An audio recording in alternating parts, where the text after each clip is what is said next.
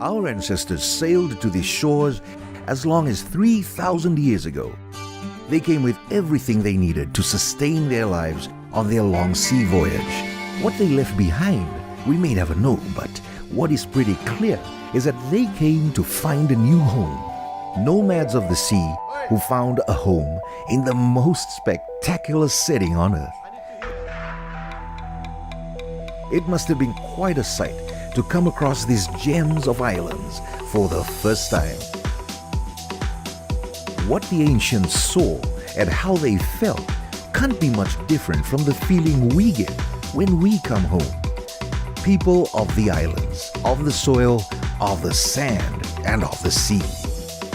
It has sustained us for more generations than we can count, yet the memory of those who first came is still on our lips, in stories, in dance, and in our songs. It may have been the songs that we sung and the stories that we told and the sheer beauty of the islands we call ours that beckoned many over the centuries to stay. We call you who have never been to visit. For those who have a dream to call it home, to do so, and for those of us who are of the islands, the soil, the sand, and of the sea, we treasure it always. The South Pacific, home to traditional people who live a traditional lifestyle which places kinship and kindness above all else, relying on the natural bounty of the sea and the land and living in harmony with nature, and all the gifts she has bestowed on this vast expanse of oceans and islands. Our community of 3,300 islands is the largest geographical feature on Earth, larger than all the land area on the planet, yet so little is known about it. There is so much to see and do in this rich and diverse cosmos that is the South Pacific. We hope that through our words and images, we can convey to you just why you should discover the South Pacific and the countless joys and treasures which await you.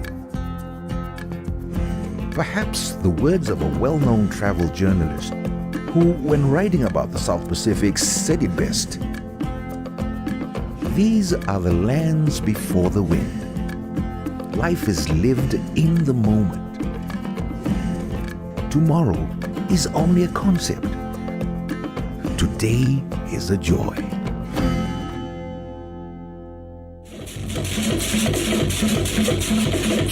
Kia ora tātou katoa and welcome to our local news for this evening. Qualdea, ko Tiana Hexton.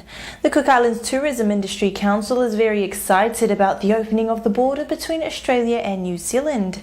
The President of the Council, Liana Scott, is optimistic that the border opening will also include the opening of the border between New Zealand and the Cook Islands. Greg Parker has this story. The travel bubble between Australia and New Zealand will commence on the 19th of this month. The Cook Islands Tourism Industry Council see this as good news for the Cook Islands. I think we're actually really excited to hear of an open border between Australia and New Zealand. It actually gives us an opportunity to perhaps tap into not just the New Zealand market but the Australian market. So we're really excited about the 1st of May. Behind me we're getting ready. I know we've had a year to get ready, but there's all the little teething issues to do. So that's what businesses are working on now. But industry is really keen to get some business happening. So we very much look forward to it. Various resorts and holiday cruises that closed at the beginning of the COVID pandemic are reopening all around Rarotonga and getting back into the groove as they prepare for the return of tourists. I think they've been ready a long time. In terms of interest from outside, so the potential tourists, we're getting quite a few inquiries starting to come through. The wholesalers are touching base and they are talking to us about specials and rates out there. People are looking at longer stays. It's another trend we're seeing. So instead of the traditional 5 or 6 nights, those that are making the effort to come here are certainly looking for a 7, 8, 9, 10 night stay. So that's one trend we're seeing happening.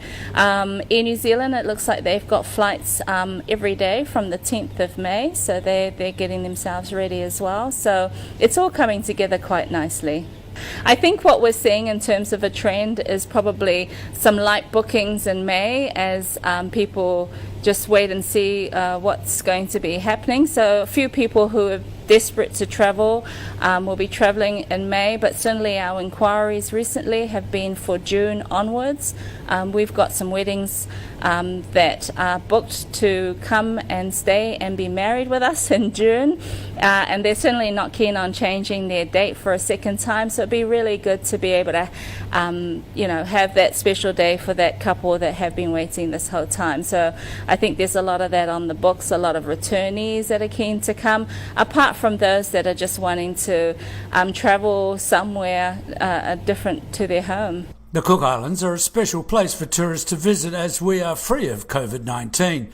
Liana Scott says the industry has been making sure they will be able to maintain that status and ensure that tourists have the best holiday possible. Absolutely, and I think we've had quite a bit of time to prepare for in the event of, so all our sanitising schedule, our social distancing practices, we've done the training, we've done the practicing, we're certainly ready to accept tourists. We want to invite them to enjoy our Paradise Island, to show them what we're all about. It'd be great to get people into restaurants again. It's been really tough for businesses and industry, so just to get some flow of revenue coming in will certainly help morale as well as just businesses start to get on their feet again, so that's exciting. For a message to the industry, just work on that 1st of May date. There's more to do than you actually think. Turn the air conditionings on, turn the chillers, freezers on, make sure that's all working. It's amazing how quickly things deteriorate after a time of no operation. So don't leave it too late. Start getting some orders in, start talking to your suppliers of toiletries and jams and butter portions or whatever's necessary for breakfast now, because they certainly need to bring those items in, and you don't want to leave it too late. Greg Parker, CATV Local News.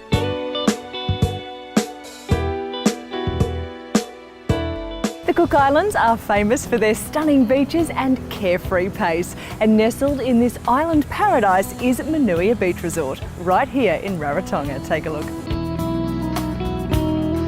The resort is just 10 minutes drive from Rarotonga's airport and 15 minutes from the main town of Avarua.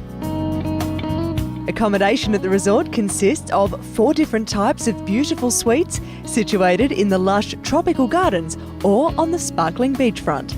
Each suite features Polynesian-inspired interiors, plush beds with crisp white sheets and plenty of private garden and patio space. On the Beach Restaurant and Bar, or OTB as it's famously known, offers delicious food and delectable drinks in a tropical beach setting. Enjoy a fruity cocktail poolside whilst hearing the crash of the waves in front of you. Complimentary daily activities consist of introductory pool dives, a sunset pearl talk to learn about the cultivation of the island's spectacular black pearls, and for water lovers, kayaking and snorkelling. Why not pamper yourself with a relaxing massage beachside or in the comfort of your own room? Manuia Beach Resort in Rarotonga allows you to relax by the pool, spread out on the white sands of the beach, or indulge in a delicious cocktail with this stunning view. So enjoy your stay in tropical bliss today.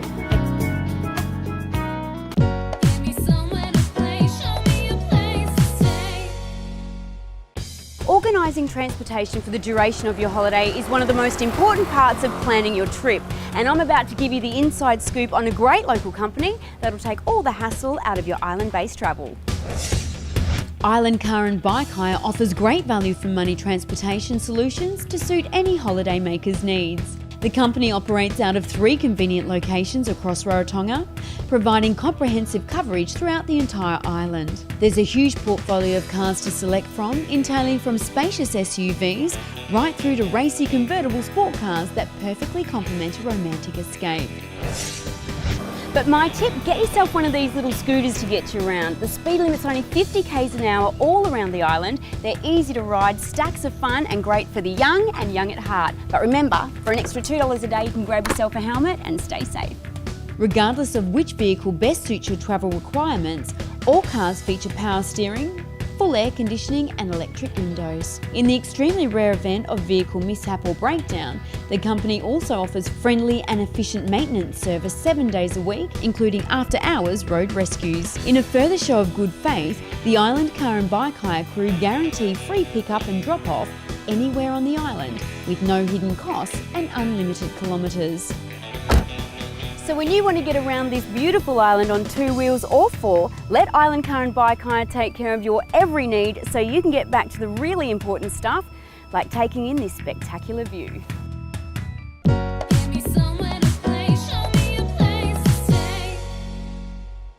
If idyllic accommodation just steps away from the sparkling tropical lagoon in Rarotonga in the Cook Islands sounds like your idea of paradise, then Lagoon Breeze Villas is the place for you.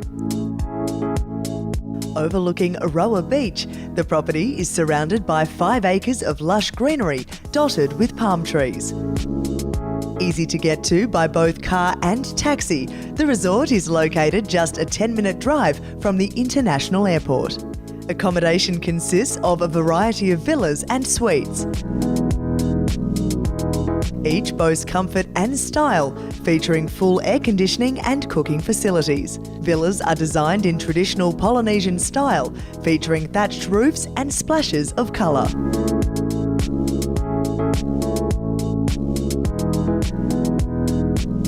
A tropical buffet breakfast is available daily, complimentary with your stay. With a paddling pool, a playground and a trampoline, children are well looked after at the property. Adventure seekers will love this property. Free use of both kayaks and snorkelling equipment is provided throughout your stay, allowing you to discover the beauty of the lagoon from both under the water and above it. Large undercover barbecues are available to cook up a storm for lunch or dinner. So for a holiday immersed in warm seaside bliss, book a stay here at Lagoon Breeze Villas in Rarotonga in the Cook Islands.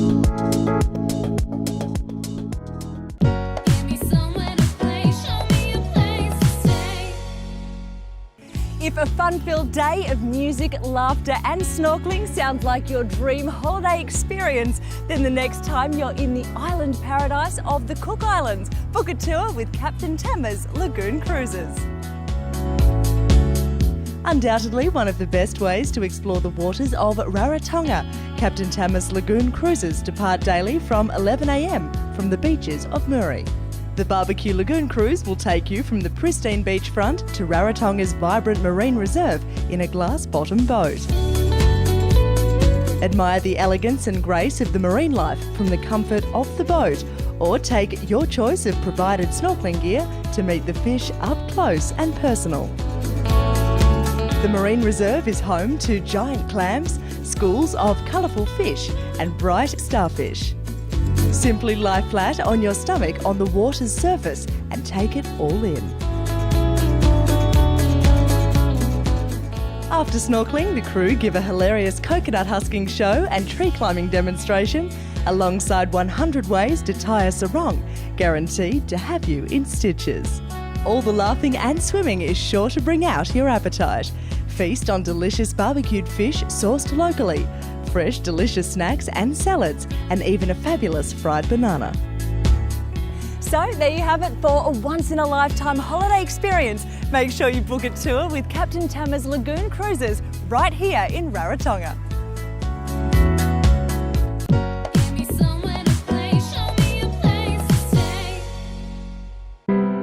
Swaying palm trees, vibrant sunsets, delectable food and fiery entertainment, all with a beachfront view of shimmering water and glittering stretches of sand. Discover all this and plenty more at the luxurious escape of Crown Beach Resort and Spa in Rarotonga. Spread across 5 acres of carefully curated botanical gardens, the resort comprises of 36 standalone villas. For a more secluded stay, consider the Courtyard Pool Suite. Ideal for honeymooners, These suites feature a private pool, outdoor dining gazebo and a clawfoot bathtub. For groups looking to pamper themselves, the 2-bedroom beachfront pool villa offers uninterrupted views of the lagoon and a private swimming pool with views of the sparkling ocean. The resort also boasts a gym, wellness and beauty centre, a dive centre and 3 world-class restaurants and bars, so you'll never be at a loss for something to do and see.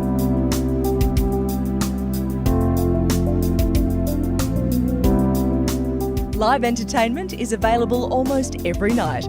Catch a vibrant fire dancing show at the ambient Flambe restaurant or participate in Crown Beach Island Night, a traditional dance show performed by a dynamic cultural dance troupe, accompanied by an authentic Polynesian buffet and desserts. Flambe creates a menu full of local produce and unusual dishes that include ostrich, venison, duck and more.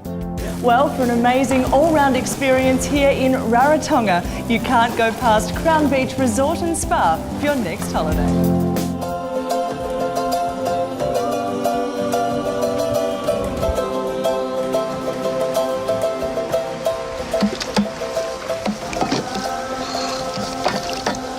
We're out of fuel, so we shipwrecked at the world's most beautiful lagoon. Chillax, bro. All in time. You know what the people always say? They love the freedom here. I love the freedom here. On the brain. Of course some people are new to me. It's out of their comfort zone.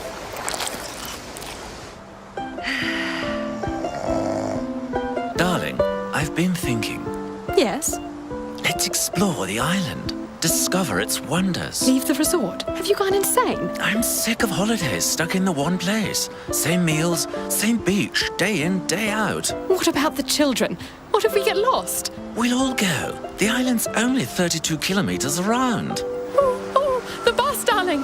Yes, clockwise and anti-clockwise. If we miss our stop, it'll come around again soon enough. Yes, you're right. Come on, children. We're off on an adventure.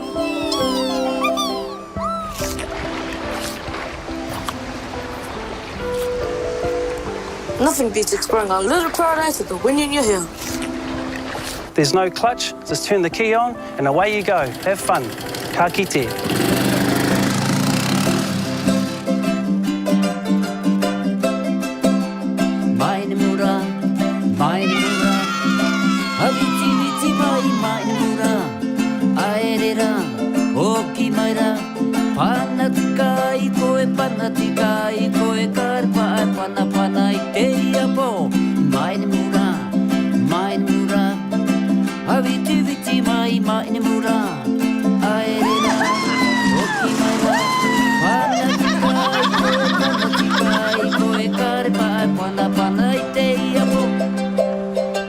Like a sail, boss?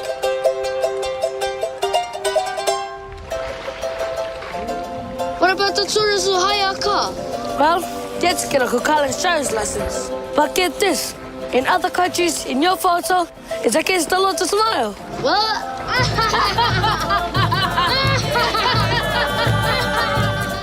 Yeah, it's against the law not to smile. You're in a little paradise now.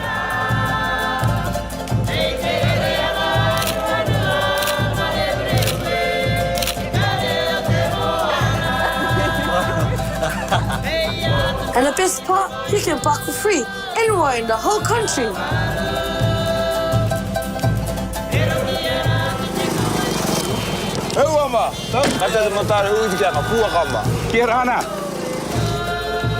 Except for the one place you don't park. Well, why not?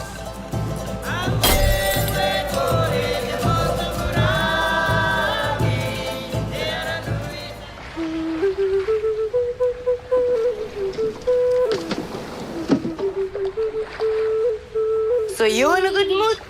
Yep. Loving the high seas, free as a bird. We're out of snacks. Well, what? We've run out. You've eaten them all. I thought they were just starters. No!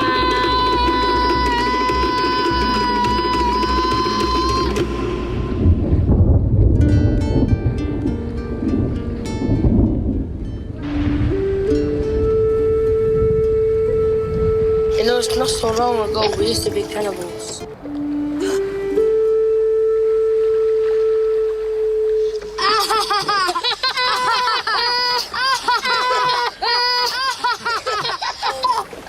What's the first thing that you're gonna eat when you get back? A big fish sandwich. Huge and fresh eggs.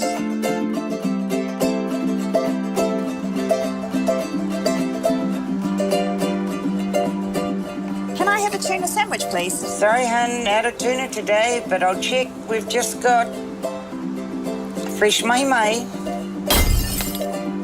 and fresh coconut sorbet for dessert. I'm never gonna leave my little paradise again. It was only 30 meters, and you walk. Sorry, baby. I know just how he feels. We love this little paradise too. Let's never leave. Children, we'll live here forever.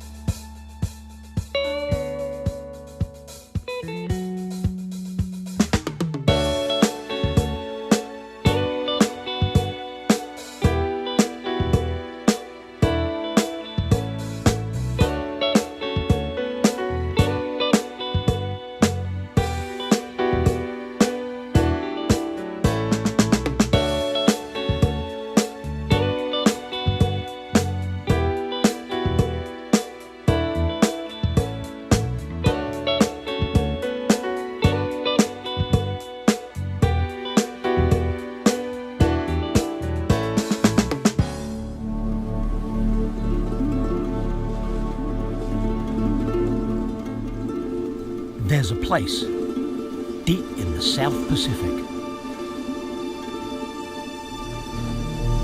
A pristine environment of unparalleled beauty. An island like no other.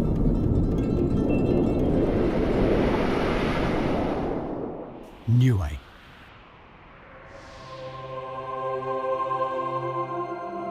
It's a place of mystery, of wonder.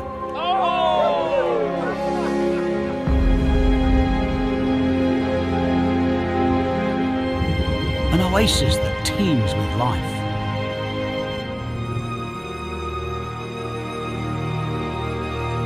For more than 1,000 years, Niue and her people have lived together in harmony. Today, Niue is setting the example for the world by protecting their environment, their food security, their heritage, and their home.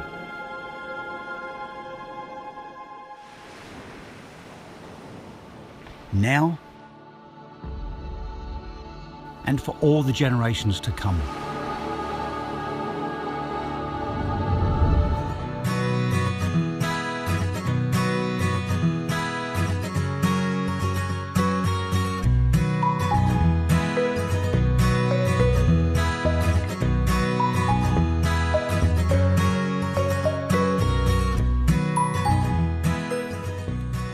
Talafalava.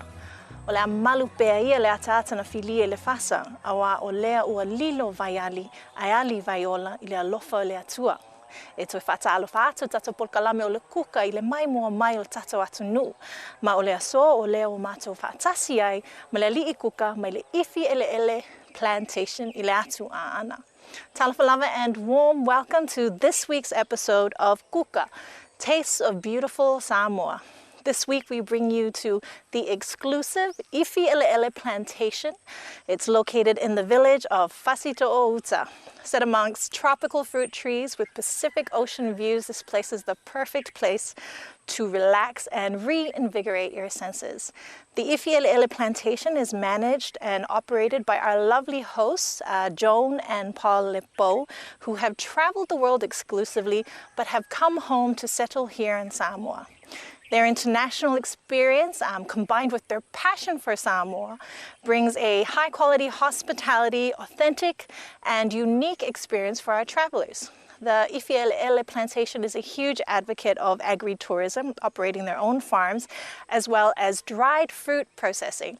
Their valued added dry fruit products, such as the pineapple, fa'i, and papaya, or esi, is especially popular at the Samoa Women Association Growers pop-up markets, which operate every Saturday.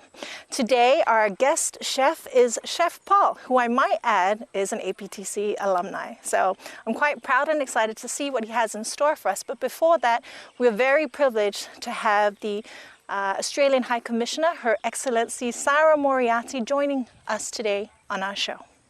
So let's go meet with her and have a chat. Ia o leo tato whaatasi ma le komisina sili o Australia le susunga ia Sarah Moriarty. Talofa, Sarah? Talofa lava, Cherie. Thank you so much for joining us on our show today. Thank you. It's a great pleasure to be here. Well, it's a privilege to have you here. And of particular note, I'm interested to first know about your experience here in Samoa, because you've been here for a few years, but then I'm hoping that you can provide an overview of some of the ways that the Government of Australia partners with the Government of Samoa and how we provide support, as well as your views on the Australia Pacific Training Coalition and the different initiatives that we're providing here in Samoa. Absolutely. But first off, so tell us a little bit about you and how long you've been serving here in Samoa. So I've been here for almost 2.5 years. I arrived at the end of February 2018. And yeah, gosh, it's gone by in a flash, I have to say. A couple of years. Yeah. That's fantastic. So you would have, in that time, had an opportunity to visit Savaii, explore some of our tourist sites. Can you tell me about what you think the 3 highlights are from your experience of Samoa, what Samoa has to offer? 3 things that I think are amazing about Samoa are, of course, it's beautiful. Everybody knows that. It's really spectacular. But I think the things that have touched me most are just how accessible it is. Like, it's not an enormous country. It's relatively easy to get around. If you can hire yourself a car, you can get around Upolu. I mean, you wouldn't want to do it in one day, but you could technically, and you can definitely go around Savaii in that period of time. I really love Savaii, I have to say. I was over there recently for a long weekend, and just love that trip around where you go to the waterfall, Afua'au, I think is if that's the right way to say it. And then you can do the blowholes. You can go up to the westernmost tip of Savaii, where it's full of legends and history, and then around to Vaisala, and then across the northern tip and the lava fields and all of that. So I think that's a fantastic trip to do. Yep. And then, of course, around Upolu itself, there's also the beautiful Piula Caves. There's the Tosua Trench that everybody knows about, Lalumanu and the beach. And I think the third thing that is really important is that it's genuine hospitality here. You're not going to just go to, you can go to a 5-star hotel and sit on the beach and just kind of chillax. Yep. But I think there's more opportunities here that nowhere else really offers, is that amazing interaction with the community and the Wha Samoa. You can really get an appreciation of the culture, which is so unique. And I think that's what a lot of people don't really understand so much about Samoa, is that how different it is.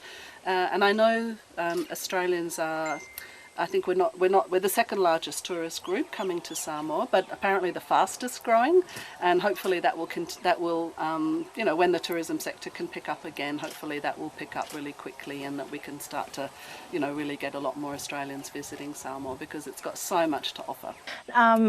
The Australia Pacific Training Coalition, APTC, is also one of Australia's flagship investments in the Pacific.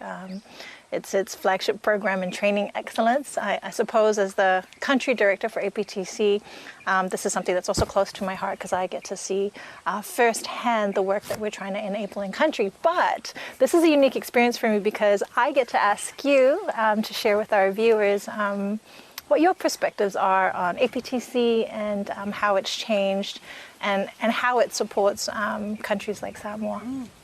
Well, it's interesting because when I first started working on Pacific issues, that was back in Canberra, back in 2008, so 12 years ago. And that was exactly the time that APTC was under design. I wasn't intimately involved in that program because I was working on governance issues in the Pacific, not education. But I remember the time and it being seen as being quite innovative, a little bit controversial. Yeah. And I know Prime Minister Tulepa has also mentioned that in some of his speeches, but also said what a strong advocate that he was, in the face of some questioning from other parts of the Pacific. So it was interesting for me, having been seen it at its genesis, and then sort of 12 years later, been here, or even 10 years ago, when we launched the third phase of APTC. And it was a great delight to have Julie Bishop here, our former foreign minister, who was visiting Samoa almost exactly 2 years ago, actually. Yep. And she launched the third phase, as you will. I was there. I was very exciting. And that was a really great event. And I think APTC's gone from strength to strength. Seen initially very much as we know, a sort of a technical college, as it was called, and then this third phase definitely moving into more of a partnerships kind of approach, looking at partnering with the private sector, different things that have come on board and come online since then, such as labour mobility, which was not really a big thing 12 years ago, now very much an integral part of providing employment opportunities for Samoans and other Pacific Islanders to work in Australia. Thank you for that and your perspective. I guess that reaffirms the value of APTC, and I guess that that focus on partnership in this APTC 3 design that we're implementing now helps enable the partnership we have with the Samoa Tourism Authority. And through this program and this awareness about Farm to Table initiative, we're getting to see firsthand some of the chefs that have come out of APTC and how they're contributing to the tourism and hospitality industry. Today we have Chef Paul, who I was very excited, enthusiastic about finding out that he is also an APTC alumni. So on behalf of Samoa Tourism Authority and our crew from the Kuka Show, as well as Samoa government, we'd like to extend our sincere thanks for availing your time and being with us here today to share a bit about how the Government of Australia is working here in Samoa and how we're all partnering together to enable outcomes for Samoa's tourism and hospitality. Thank you. Right. Thank you very much for inviting me. Whakatai te lava. Whakatai. Okay, let's go check out Chef Paul. Talofa lava, and welcome to the exciting part of our show. Today we have our guest chef, Chef Paul Lepo of Ifi'elele Plantation. Talofa, Chef Paul. Talofa. Thank you for having us on the show and for cooking for me today and sharing with our viewers. But before we do, we'd love to know a little bit about you and Ifi'elele Plantation and how it came to be. Okay. Welcome to Ifi'elele Plantation. My wife and I, Joan McFarlane Lepo, came from we were living in Papua New Guinea, and we decided, she's from Melbourne and I'm from Wellington, that we didn't want to spend another winter in either one of those places. And after living in Papua New Guinea for about 8 years, we decided we'd stay in the tropics. So it actually became a nice fit because my grandfather had secured this land in the 1920s, and my mother, who's from this village, always wanted somebody to come back and settle on the land and do something with the land. So yeah, it was a nice fit for Joan and I, and we were in the tropics, and so we came here. We built. I'm a builder by trade, so I built this place, and it was actually originally a family home, just going to be a family home. We built this place that you're standing in now for my mother. She moved back, and then we turned this place into an accommodation enterprise. Yeah. So you come home, you fulfilled your grandfather and your mother's wishes for somebody to come home, live on the land. You built this beautiful home, and now you're opening it up to tourists to be able to experience 15 acres, beautiful land, beautiful views up here. But I understand you also cook for the guests. Yeah, I've always had a love of cooking. I think must be some part of the Samoan gene that I was born with. Anyway, used to cook, and then I just felt like I wasn't really providing the guests as much as I could do, and then an opportunity came for me to attend the commercial cookery course at APTC in Apia, and I jumped at it. And I was 60 at the time, and I found it was probably one of the best decisions I ever made. APTC, getting formally trained by the wonderful people here, and I must admit, I had some fantastic tutors, and just the whole environment for learning is just great there. What I do find, a lot of the guests that come from overseas, especially, they like to experience Samoan food, island food, but they like it on their terms. So it's very important that the training that I've received from APTC has allowed me to present Samoan food in a really palatable way for them. We should be proud of the cuisine, the local cuisine that we have, and we must be aware, I think, that we can have a wonderful marriage with other cuisines from around the world. And we've just got this wonderful climate in Samoa that just allows you to grow really fresh things. It's a really chef's dream, I reckon. Well, I suppose as country director for APTC, it's a point of pride to say we've been a part of your journey. A big part. Yeah, and speaking of marriages of cuisines, I understand you have something special in store for us today. One of probably the most popular dish I make here is moussaka. And moussaka is originally a Greek dish, and it's really traditionally done with lamb mince, but you can't get lamb mince, or you can now and again, but not very often here in Samoa. So I use beef mince, and it's 900 grams of mince. Okay. With that, a good sized onion, garlic and ginger chopped up finely. Get a hot pan, a little bit of 2 tablespoons of olive oil. So first of all, make sure you cook off your herbs, right, and the onions. So when the onions become clear, then they're ready to go. So then you throw your mince in, and make sure you pat it out, all the lumps out. Cook the mince off brown, and then once it's brown, then you add 1 whole tin, or 440 grams of tomatoes. You get a cinnamon stick, which is one of these things here, and you just break it in half like that, and you throw it in the mince as well. This gives it a nice little tang to it, right? And then oregano leaves, and I always like thyme. I make mince pies, and I always put thyme in it because the thyme actually gives it a nice little flavour. And then you just cook it off. What I'm going to do here, I'm just going to... Eggplant or Israelu. And what I normally do with these, I always peel just this side and this side. What does that do? Oh, because sometimes the skin doesn't quite cook off properly. And it just sort of, it just sits and cooks better. Okay, so it cooks all the way through better? Cooks all the way, yeah, well, we're only going to sear it. So what you need is 5mm slices. As a builder, you can get a ruler now and measure that. Yeah, 5mm. Yeah, I think 5mm. Okay. 5mm. So this is hot now. Okay. This is hot, and all you want to do is just pop them in like this and sear them. Okay. Okay. Sear them, and you just. I've only got a smallish pan, and you just let them. Hopefully that's hot. That's it. You just sear them on each side. Ah. Yeah, each side. All right. Sear them, and then you layer them, and it's like a lasagna, right? Okay. You just layer them in here. This is it. Just cooked seared on each side. And then you can just get a little bit, organised and shape them the right way. Was it mise en place? No, how do you say it again?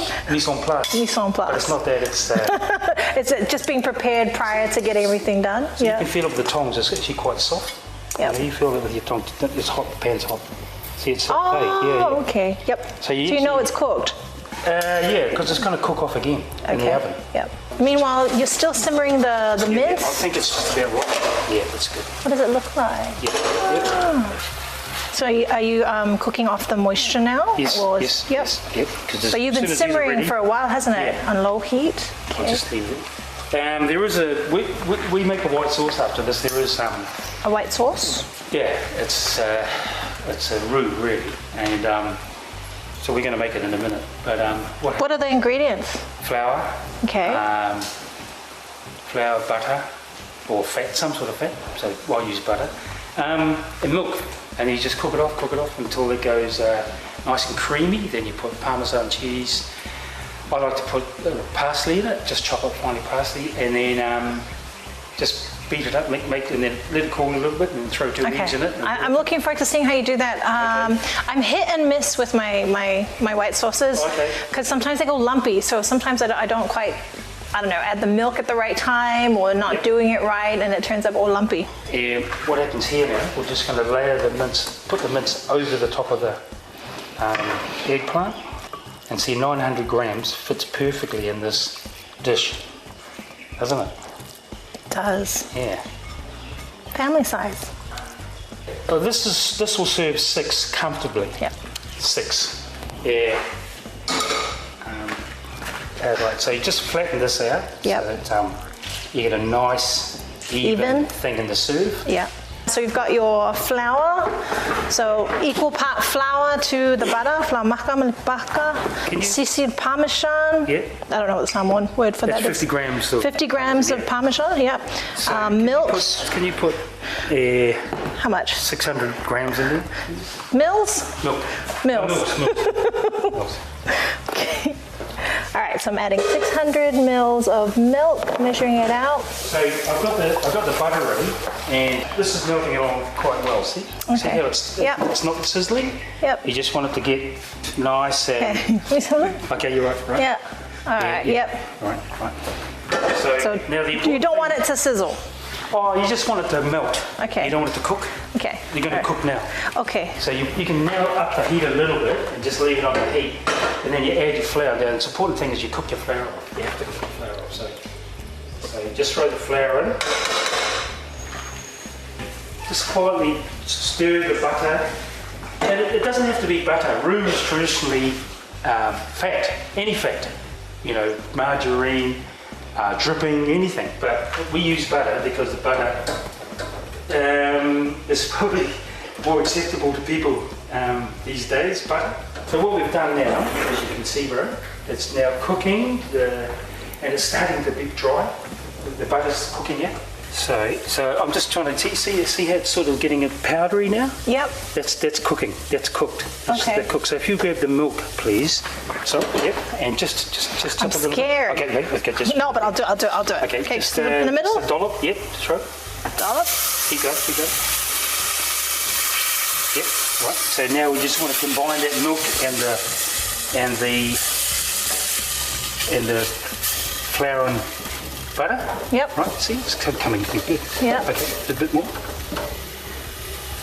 Back in the day, I used to just throw it in, and then it's actually better to combine it like this. Okay.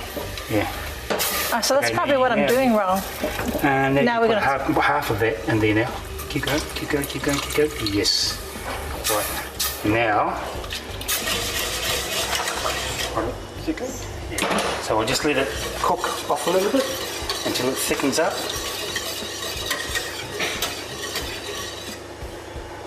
Do you want me to stir that while you whip the eggs? Well, you feel it.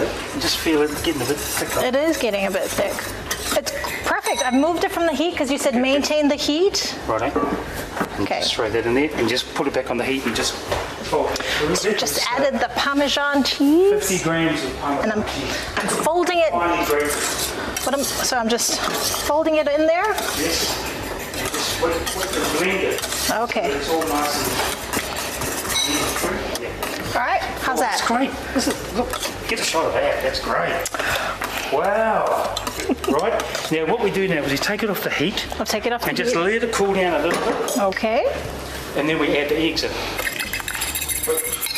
You know, after you whip it. All right. Whip so it, we whip just it good. add the egg. How many? 2 eggs? 2 small eggs? 2 eggs. And whip it. Yep. Am I doing this right? You're doing it right. You're doing it great. Let's just say just the white sauce now. Oh, And if okay. you spread it all over there, and it just makes it easier when you do the final leveling. Yep. And then. Well, you're lucky you have your Excellency Sarah Moriarty tasting your moussaka today. Yeah, well, the idea is to get this level so it all cooks the same time. Yep. And yeah. Okay. I'll just do this like this. Okay, if you open the oven door. Sure. So what we do here, that oven is at 180 degrees Celsius. We throw this in for about 10 minutes until the top browns and she's ready to go. So you've got the different layers there. Okay, ready? Here we go. Okay. And oven tray in the middle. Not up in the middle top. of the oven because that way you get all the heat around it, right? Right. So it's important to just let this sit for a little while so that it just settles. Because if we start cutting it now, it'll just fall apart. Now, a little prayer would go well. Yep. Right. So just one. What a layer. Yeah. Right, and now we just need a little bit of. Make sure you get that pineapple in. Yes. So there's nothing going to be smart about this, really. It's just to get it on the plate. And you should really, okay. I don't know, just hope. So all I do is just there, and then just do that, yeah. And she can just take a little bit off that thing. Or you put it in a little bowl. Yep, on the side. This is great with cheese and a real sharp Sauvignon Blanc, chilled.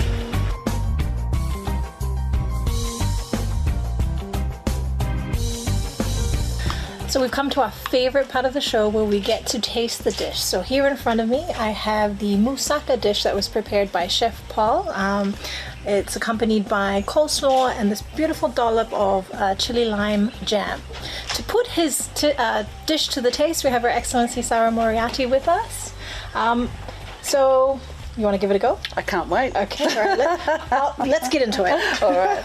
I'm really looking forward to trying the pineapple with the coleslaw because I think that's something a bit different. I think it's going to be amazing. The pineapple, dried pineapple on its own, has a lot of flavor in it. So together with the moussaka dish, it's a bit of a fusion, isn't it? Yes, and actually, I did the white sauce with direction from Chef Paul. So I'm going to take credit for this. All right. Welcome. All right, shall I try? Yep. All right.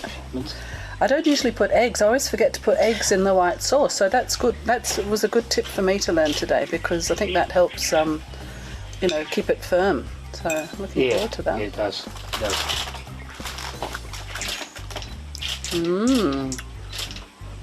Really good. I can taste cinnamon. Oh yes, Chef Paul did say that the cinnamon adds that extra good depth of flavour to it. Yep. And the eggplant's really nice because it's not oily. It's really nice. I'm going to try a little bit of the salad, the coleslaw. It's delicious. I can see myself making this for the kids as well. And on behalf of the Samoa Tourism Authority and the Kuka team crew, we'd like to thank you both first for hosting us, but also sharing this experience with us. It's been an enjoyable day, seeing that while we have local cuisine, we have so much more to offer in terms of other dishes that do draw from local produce. It's so beautiful here at Ifi'ele'ele Plantation, and I highly encourage people to come and check it out. It's been a wonderful experience. I don't want to leave, but have to get back to work. No, can we stay for the rest of the day? Yeah, let's do it.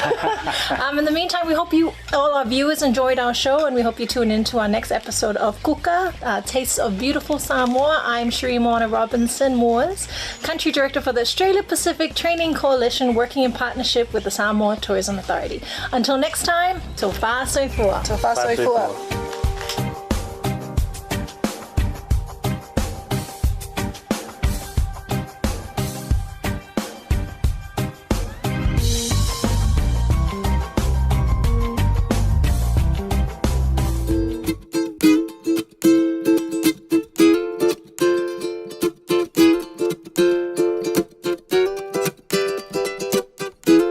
Here in Fiji, we are blessed with a pristine environment.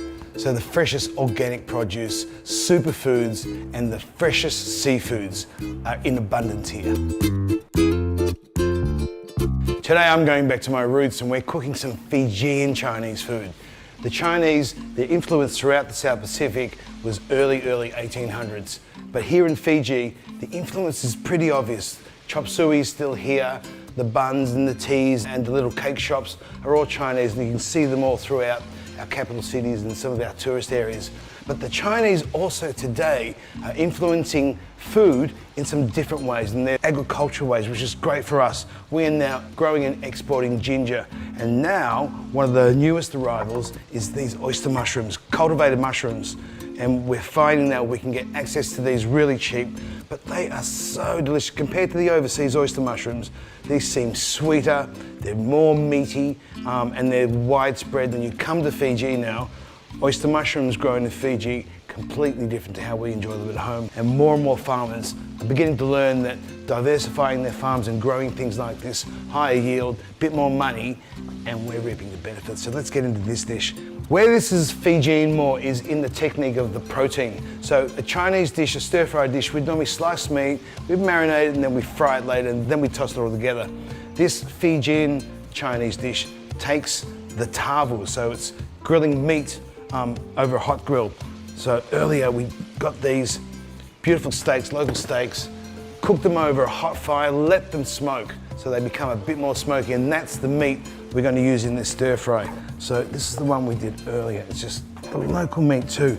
The same thing. It's just because of the pristine environment and because everything here is so natural, the end result of the food is the same. And this is like perfectly cooked. So the pristine environment also provides the animals with some really good food. So, I mean, as we know, it's logical. If the animals are eating well, if the animals are healthy, then their meats or milks or eggs are all coming out extra healthy. And that's why food here in Fiji, I found as a chef, and all my time I've been here, it's just on that other level. Everyone eats in a pristine environment, the animals and us. So look at that beef, it's just beautiful. So it's smoky, I can taste that smoke straight away, and that's what I want. So when you have this dish, yes, it's an Asian stir fry, Chinese stir fry, but the elements of Fiji are in there. The other thing we're gonna do is add coconut water. A typical Asian stir fry would have some chicken stock or vegetarian stock. I'm going to use coconut water. As you know, all stir fries, get everything ready first, and it's just a quick process of pulling it all together. Like all Asian cooking, a little bit of cooking oil of your choice, the aromatics, onion, ginger, garlic. Nice smoky wok. So if I disappear, sorry, but this is Asian cooking. Asian cooking is about that smoke. All right. There's the beef we're going to add in there. Our mushrooms, it's going to be really fast because I want everything to stay nutritious. Ferns, we're cooking with the ferns as well. There's no need for cabbages and carrots like we normally see in the Chinese stir fry. This makes it truly a Fijian stir fry. A little bit of stock, and as I said, we're going to put coconut water. What that does is it helps it steam. When we've got raw vegetables in there, some moisture in there, helps to cook the vegetables. Now the sauce. This sauce is just a mix of a little bit of oyster, sugar, sesame oil, and some light soy. This is the classic Chinese stir-fry sauce. But I'm also going to add in here some ghee. This is the butter. A long time ago, an old Chinese chef put the butter through his stir-fry. And when I ate it, I just thought there's something different about his stir-fry. It was the butter. But here in Fiji, that gorgeous ghee just gives it an extra boost. Let's get this plated. And again, you know, these are the crazy ideas we come up here in Fiji, only because we can. We've got that diversity of culture, the diversity of our farms, And I always say, Fiji, we're still going through this whole period of discovery. In a lot of ways, Fiji is undiscovered in terms of food, in terms of its culture, in terms of its way of life, because it's so different here. And I know when a lot of people come here, especially for the first time, what they can't believe is just how everything is still in its natural state. Food, the people, the way they treat other people is how the world used to be, I guess. Some fried garlic, a touch of sesame seeds, spring onions on the top, and I always like some dried chili flakes. And there we have it, my version of a Fijian Chinese stir fry. We can't wait to welcome you back to our shores.